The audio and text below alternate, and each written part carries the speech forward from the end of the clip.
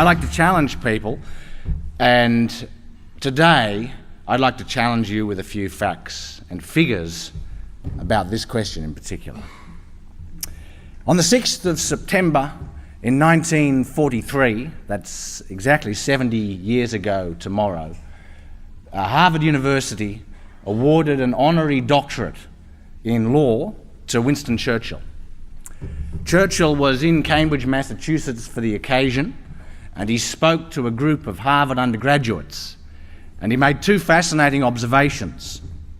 The first has a particular relevance, I guess, today in light of what's happening in Syria and the prevarication in Europe and in the US about what to do about the situation there.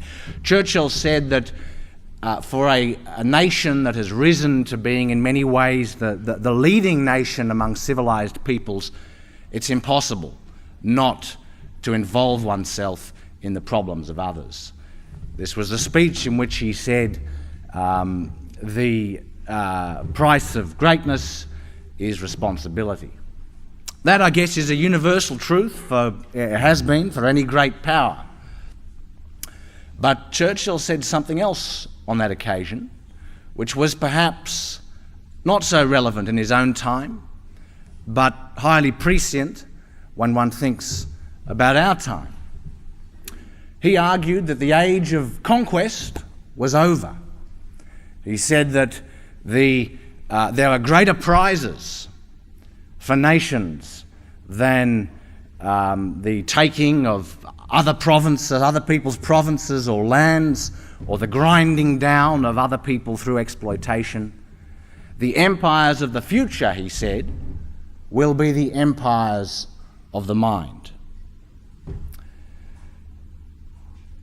Our present is Churchill's future. We see this on the one hand in the loss of appetite among the great powers for conducting wars of colonization. But we see it too in the extraordinary revenues of technology giants like Apple, Google, Samsung.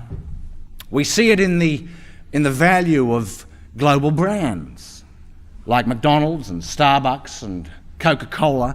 And we see it above all, and perhaps most interestingly, in the new technological nationalism, which looks at the contest between nations not as a competition of military capability, but as a competition of education systems, of GDP growth figures, of high-tech exports, and of underlying scientific and technological capabilities.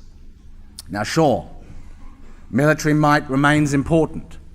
Sure, there's an enormous divergence in ideologies in different parts of the world, and politics is as important as it's ever been. But I think one can state unequivocally that the global economy, to an extent that it's never been true before, is also an economy of ideas. In this global economy of ideas, there are three dominant regions. There's a leading region, there's a fading region, and there is an emerging region. My guess is that you all have a pretty good sensibility of what those three are. But let's go through a few figures. The US remains the leading region. Across almost any measure of innovation, performance, and intellectual activity, it is unequivocally the global leader in terms of creativity and intellectual performance. Its investment in business R&D remains at more than a third of global totals. It accounts still for roughly a third of all high-tech international patent applications. And if one looks at high-quality scientific outputs, these are scientific publications that are cited at high levels internationally, the US across every field accounts for more than a third of such outputs. And in some fields, if you look at the life sciences and the medical sciences and the social sciences, it accounts for significantly more than a third. In some fields, it's up still above a half of all global highly cited publications. Its position is partly a consequence of 50 years of capability building. Over the second half of the 20th century, of all Nobel Laureates, 58% were resident in the US. I mean, that is just an extraordinary figure. 53 out of the top 100 universities and 17 of the top 20 universities globally remain American. 12 of the top patenting universities are also American. And interestingly, there is only one such institution in that list of top 20 that's now based in Europe. And that happens to be Oxford, which was my old institution. So I can take some small measure of pride in that. Anyway, so the situation in the US across a whole range of measures is one of high performance. It still accounts for a disproportionate share of the world's most valuable global brands, of the world's most admired companies, and actually for a disproportionate share of economic activity and knowledge-intensive services. But the really telling measure is investment in knowledge. One can hazard a guess at a nation or a region's level of investment in knowledge by adding up investments in software, research and development, and higher education. And then you can normalise investment in knowledge by the size of a country's economy to get a fair comparison. You may be surprised to learn that the intensity of US investment in knowledge, by this measure, is twice the level of intensity of investment in Europe. Across the board, the US remains the global leader. Its relative position by most measures has diminished a little over the last couple of decades. And that, of course, begs the question as to whether it can sustain its position, something I'll come to later. If it doesn't, let me tell you, it will start to look decidedly European. The fading region in the global economy of ideas is unquestionably Europe. If you look at business investment in R&D in per capita terms, France, the UK, and the Netherlands all invest in business R&D at a lower intensity than we do here in Australia. And that's just extraordinary. If you compare the leading European countries by that measure, so the countries like Finland, Sweden, and Switzerland, which invest at the highest levels in Europe in business R&D per capita, not one of those three countries, if they were a US state, would make it into the top list of top 10 US states by that measure. California alone spends more, there's more business R&D investment in California than there is in Germany, even though California's population is half that of Germany. And my favourite statistic of all, because it really points to how dramatically the world is changing, is that there are now 3 provinces in China where business investment in R&D per capita exceeds that of Italy and of Spain. It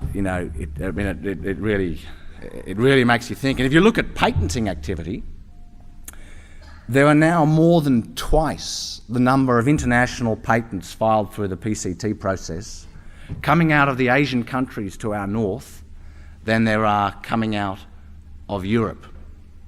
Europe's inventive capability is fading. In information communications technology, you can look at clusters like Silicon Valley, Shenzhen, Tokyo, Seoul. You can look at clusters that are highly active in generating international patents in ICT.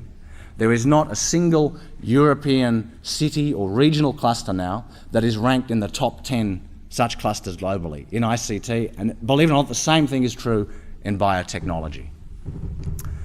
So the region that gave us the Renaissance, the Industrial Revolution, and the Scientific Revolution appears to be in terminal decline. Its standing, I guess, is quite definitively being supplanted by what's underway in Asia. In the last couple of years, the aggregated countries of the Western Pacific, which in terms of innovation performance largely means China, Japan, South Korea, Taiwan, Singapore, Australia and New Zealand, if one thinks about the Western Pacific as a zone. In the last couple of years, that group of nations has accounted for a larger share of global business R&D investment than North America, and for a larger share of global international patenting activity than North America. It's actually a region that is slower in growing its fundamental basic science outputs, but nonetheless there's enormous growth by that measure. And while I'd point to South Korea actually as a particularly interesting and fascinating, vibrant case, the raw numbers are most striking in the case of China, which is clearly benefiting from a growing technological creativity. Shenzhen is a remarkable region for information and communications technology. There are more PCT patents coming out of Shenzhen now than there are coming out of Silicon Valley. I mean, that's a transition that's just occurred in the last couple of years. If Guangdong, which is the province of which it's a part, were a country, it would be a top 10 country in the world by scale of business R&D investment. So, there's a story there to be told about China in particular, but about Asia as a whole. If there has been a rebalancing in the world and in the intellectual capabilities of different nations, that of course does not imply that these trends are likely to continue. One of the previous speakers said, one thing you just can't be sure of is deterministic projections. So what I'd like to do, having set the scene around just a few of these statistical measures, is to raise some of the uncertainties that may help us to think about which of these regions is likely to go ahead in the years to come. And I'd like to mention a few things: some economic factors, some technological and circumstantial factors, and some cultural factors. On the economic side, I mean, it's funny, if you speak to people in universities, and I do a lot of work with universities, the view is always that knowledge investment precedes economic activity. Well, that's not the case. It's just as likely that things will go the other way around. So the first important determinant of future intellectual capability within nations is simply their economic performance. Countries that have growing economies, countries that have growing savings rates, tend to have greater capacity to invest in new ideas and in risky ventures. They also tend to have greater capacity and greater appetite for investing in fundamental scientific capabilities, such as through their public research infrastructure and so on. By that measure, one would argue that the more rapidly growing economies in Asia are likely to continue to build their innovation capabilities. The intermediate economy in North America, is perhaps poised in the balance, and one doesn't know quite which way it would go. And one would look at Europe and say, what is already looking like a dog's breakfast may continue as something of a dog's breakfast. The second economic issue I think that's very important to consider are the cost of inputs. One fascinating theory as to why the Industrial Revolution occurred where it did in the north of England in the 18th century was because it had a globally unique combination of high labour costs and extremely low energy costs. This was the perfect combination to encourage businesses and innovators to supplant labour with capital. And that, I mean, you could argue that is one perfectly valid definition of innovation. We have just come through a period, a 20-year period, where China's entry into the global economy had two effects. One, it increased the demand for energy, so the cost of energy went up. And two, this giant labour pool suddenly entered the global workforce, so there was a deflationary impact upon wages, even in the advanced economies. That was not a combination for innovation. What's happening now is that we see a reduction in energy costs in the US, particularly on account of the whole fracking revolution, which I'm sure you're all completely aware of. But we also see wage pressures in China flowing through to create wage pressures in the West. So we're now shifting back to a situation where, particularly in the US, that balance between input costs where there's pressure, upwards pressure on wages, downwards pressure on energy, may serve as a fresh impetus for innovation, particularly in the US. There are greater question marks over the situation in Europe, not so much on the wages front. I think they have pretty high wages in Europe, and I don't think that's going to change anytime soon. But on the energy front, their energy policies are not necessarily designed to foster innovation, except in a very particular niche set of industries. So the next issue then, if a nation or a region is growing and it has some capacity to invest in new ideas and new ventures, and if it has the economic incentives to do so, because energy costs are low and wages are holding up, there are still some uncertainties. There are technological uncertainties, because you can get things completely wrong in technology. You can think this is a great idea and it's not. And here there are some fascinating differences in emphasis across different national economies.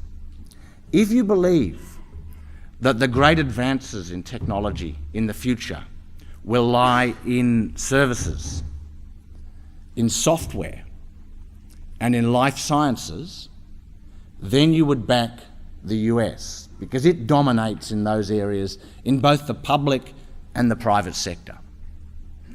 If you believe that the future lies in mass-scale manufacturing, hardware, and particularly in the physical sciences, where incidentally China now publishes more scientific publications than the US does. There are more physics and chemistry publications coming out of China than the US. They have their quality issues. They have problems with fraud, but just in terms of mass output of publications, that's where their focus has lain.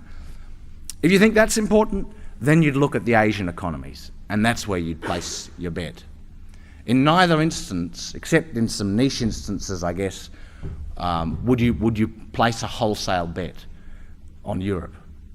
This brings us then to the cultural issues. Typically, there are a number of characteristics of innovative societies. One is that they are both inquisitive and acquisitive. Innovative societies tend to value the production of knowledge. The people who live in them are interested in new knowledge, often regardless of its utility. But innovative societies are also filled with people who see the virtue in making money. Now, it's interesting. In the US has a phenomenal public research system, a phenomenal public research infrastructure, and it has managed to convert that into private sector profits. I mean, the internet, the whole of the computer revolution, the biotech story, there's an enormous amount that began in the public sector.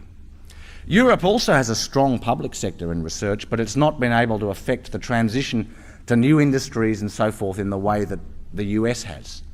I would argue that that reflects a difference in this cultural proclivity. In the US, they're both innovative and acquisitive. In Europe, their public sector is highly inquisitive and not very acquisitive. Interestingly, in Asia, the model's been quite different. In Asia, Asia got rich, most Asian countries got rich through private sector activity, and then the growth in public sector capabilities followed. Their private sector, however, proved to be innovative because the people who worked in it were also highly inquisitive. I mean, look at the Chinese today. They will take ideas from wherever they can find them, whether it's legal or not. So, I guess relating to that, one needs a society that is open to new ideas of all kinds. You need consumers who are venturesome, and the US is replete with that kind of consumer. You need producers who are venturesome, and the US traditionally has been like that, and China certainly appears to be like that at the current time. In terms of openness, I think there are two really interesting dimensions where Europe has fallen behind. One is migration. Migration can be so important in driving intellectual capability for a nation. You see this in both the US and China, and you don't see it in Europe and Japan. Innovation's pivotal, but you need the right kind of innovation. Europe has lacked the entrepreneurial, hard-working, technically proficient Chinese and Indian migrants that have done so much to drive intellectual and innovative technological business in the US. China has benefited through its internal migration and also through its extraordinary diaspora. I mean, there are over 100,000 Chinese students working here in Australia. Some of them return to China with new ideas, and certainly with extensive, often global networks. Yet this has brought tremendous benefits to the Chinese economy. The Chinese public research sector is strongly underpinned with collaborative links through to the US in a way that's not true with Europe. The second aspect of openness, I guess, is openness to new technologies. I think to innovate, a culture needs to have some belief in progress. In global surveys, if you ask the question, are we typically better off because of science and technology? In China and the US, 90% of people will say yes. In European countries, roughly 66% of people say yes. If you ask the question, do you agree that you don't really need to know about science or technology in your daily life? In Europe, 33% of people will agree with that statement, astonishing as it may be. In the US and China, it's more like 15%.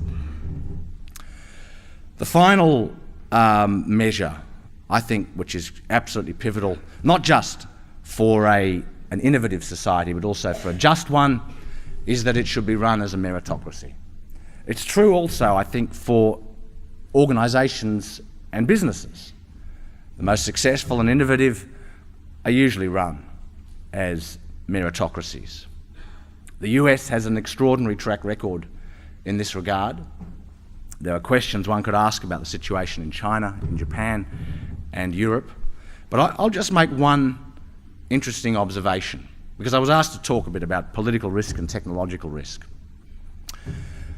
All new technological development entails some level of risk. And sometimes governments decide to intervene in societies in order to reduce the risks associated with specific technologies or specific ventures, or indeed with specific industries. And typically, when they do so, they succeed within the narrow confines of that particular technology or organisation or industry. But they invariably do so by increasing the risks associated with the other parts of the economy, with other businesses and other technologies. And so I think that one question for all the societies that I've discussed is whether, in a more politicised environment, which is what we're entering in the US, in Europe, arguably in Asia too, a question is, to what degree will our political class resist the temptation to erode the meritocratic principles which are most likely to produce lots of economic growth and lots of innovation. And on that score, I just end with one point. Across the range of cultural, economic, technological issues that I've mentioned, I would say there's a positive future ahead for the US in particular. But there's one question mark, and that is the growing size of government in the US. Bureaucracies can be meritocratic when it comes to hiring decisions, but they are usually not meritocratic, and they're certainly not creative when it comes to policy decisions or decisions they take about the economy. And that, in my view, is the big question mark for the future of the US, and indeed for the future of the global intellectual economy, the economy of ideas.